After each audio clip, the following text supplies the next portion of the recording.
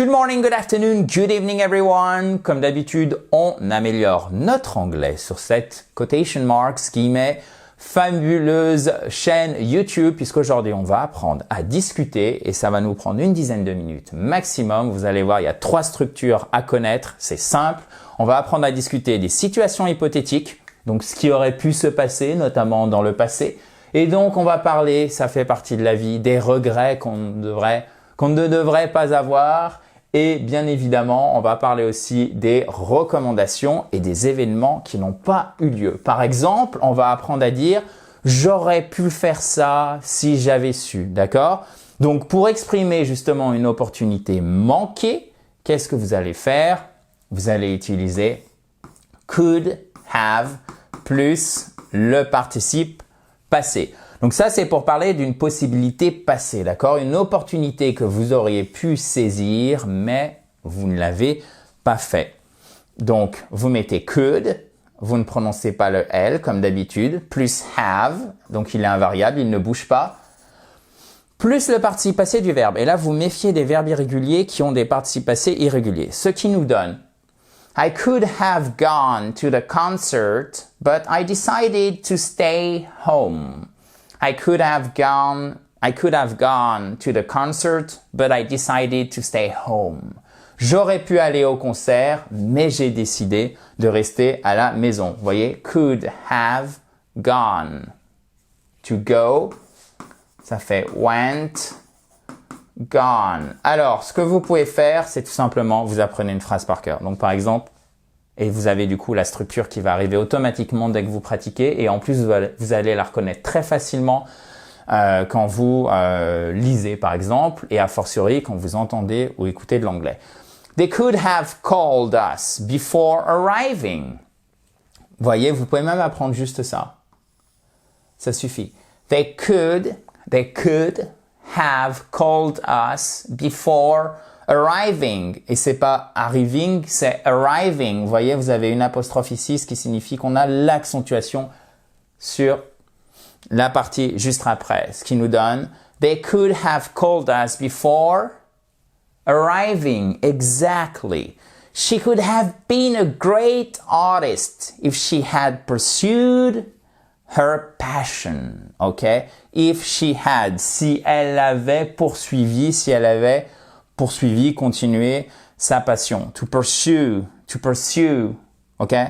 To pursue, okay? If she had pursued her passion.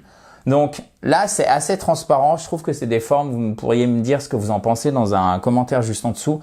Je trouve que c'est des formes assez faciles à retenir. She could have been, they could have called us, I could have gone, etc.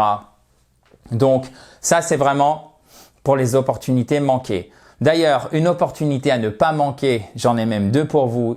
C'est la première, chers amis. Vous voyez la transition de très haute volée. Je rigole de moi-même, bien évidemment.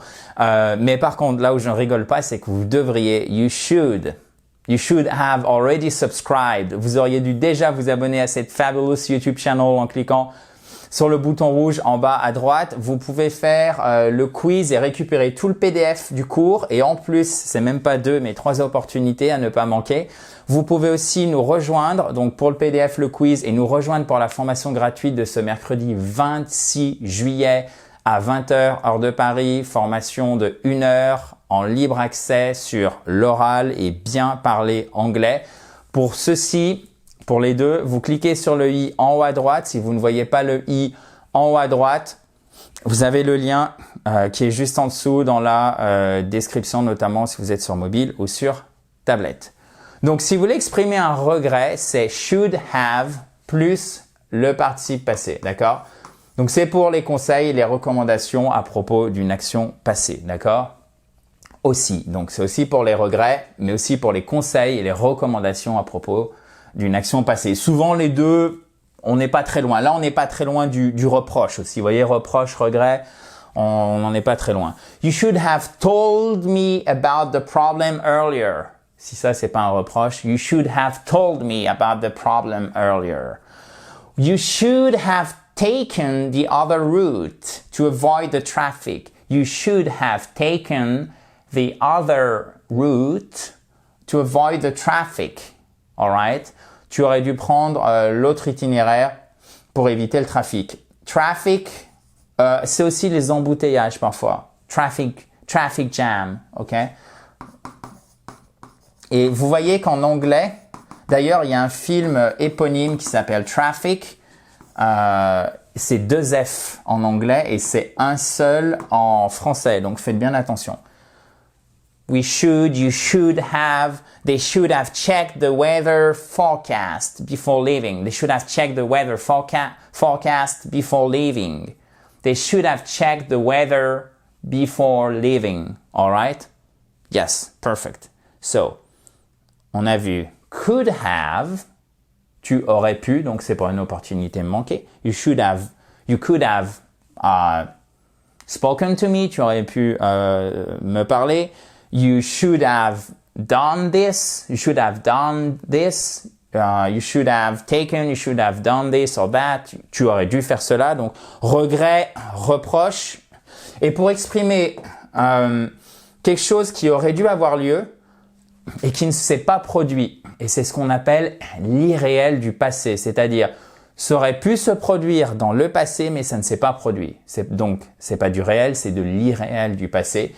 Et ça nous donne would have plus toujours notre participe passé. Par exemple, si j'avais su, if I had known you were coming, si j'avais su que tu venais, I would have baked a cake. Ok? Si j'avais su littéralement que tu étais en train de venir. Si j'avais su que tu venais, vous voyez, quand tu venais à la maison quand tu l'as vu en voiture. Vous voyez, quand je dis tu venais à la maison, on sent bien que c'est le processus qui est en train de se dérouler. Là, je suis en train de marcher pour aller à la maison.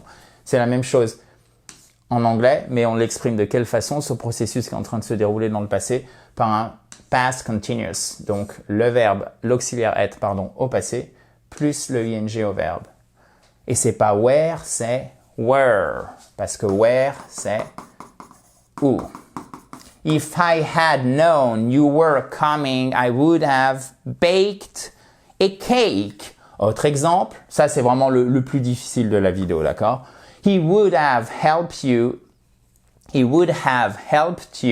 if he had been there. Il t'aurait aidé s'il avait été là. Ok? He would have helped you if he had been there. Et je vais vous donner un conseil pour terminer la vidéo dans 2 minutes pour facilement en fait utiliser et que ça vienne naturellement quand vous parlez. Vraiment, faut qu'il y ait de la fluidité parce que ce sont des structures qui sont assez complexes et je vous ai expliqué comment faire. She would have passed the exam if she had studied harder. Voyez, donc là aussi, on n'est pas loin du reproche, on n'est pas loin, il y a le regret qui pointe aussi le bout de son nez. She would have passed the exam if she had studied harder. Et on a beaucoup de chance parce qu'on a une symétrie qui est magnifique entre l'anglais et le français. Donc, c'est beaucoup plus facile à retenir. Une fois que vous avez compris que c'est soit could, should, would, have, plus le participe passé. Let me say it again. She would have passed the exam, accent tonique sur la seconde syllabe, if she had studied harder. Harder, et pas more hard. Ok, harder, plus dur. Ok, hard, c'est dur, plus dur, davantage, harder. Alright, perfect. Bon, vous avez compris comment on les forme. Could, should, would, have, plus le participe passé. Et maintenant, ces 3 structures qui sont vraiment la clé pour reproche, regret, opportunité manquée, ce qui aurait pu se passer et qui ne s'est pas déroulé. Ce que vous faites, en fait, vous pratiquez de la façon suivante. Vous apprenez une phrase par structure et vous la répétez chaque jour, le matin et le soir. Et au bout d'une semaine, ça va venir tout seul.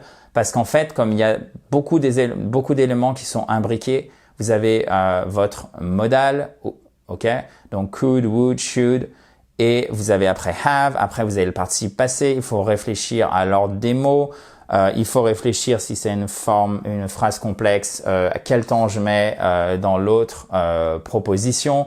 Il faut réfléchir à la prononciation des autres mots. Donc tout ça combiné, ça fait littéralement, si je puis dire, chauffer le cerveau. Donc ce n'est pas facile. Pour ça, il faut apprendre une structure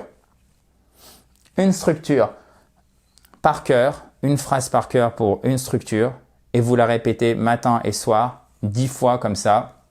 Avec la bonne prononciation, vous allez voir, au bout de 5 jours, si c'est quelque chose sur lequel vous butez, vous pouvez vous améliorer de cette façon suivante. Vous pouvez le coller sur le frigo, sur la porte des toilettes, sur le miroir de la salle de bain, tout ça en même temps, la porte d'entrée, et ça va rentrer très facilement, si je puis dire, comme une lettre à la poste. Voilà, j'ai un peu galvaudé l'expression française, mais vous m'avez compris, j'en suis sûr, chers amis. Alors, si vous ne l'avez pas fait, récupérez le PDF du cours, faites le quiz et vous pouvez aussi nous rejoindre ce mercredi 26 juillet pour la formation qui est gratuite, donc en libre accès, mais par contre les places sont limitées, qui vous permettra d'améliorer votre oral, savoir comment pratiquer, donc c'est vraiment centré sur parler anglais. Si vous voulez nous rejoindre, vous cliquez sur le i en haut à droite. Si vous n'avez pas le i en haut à droite, vous avez le lien qui est dans la description si vous êtes sur mobile ou sur tablette. Et comme d'habitude, si vous avez la moindre question ou commentaire, vous le mettez juste en dessous dans la zone prévue à cet effet. J'y répondrai avec grand plaisir. Quant à moi, je vous dis à bientôt. On se revoit dans la joie et la bonne humeur. In a joyful atmosphere. In a joyful atmosphere. Vous voyez, c'est exactement quand je vous dis il faut apprendre, vous révisez matin et soir une structure de chaque, vous la répétez par exemple à haute voix 10 fois. Et bien ça, je vous le dis dans chaque vidéo et je suis sûr qu'au bout de 10 vidéos, vous allez le retenir très facilement. Joy, c'est la joie. Joyful, plein de joie. Atmosphere, et pas atmosphère. Non, atmosphere. Alright? Bye bye!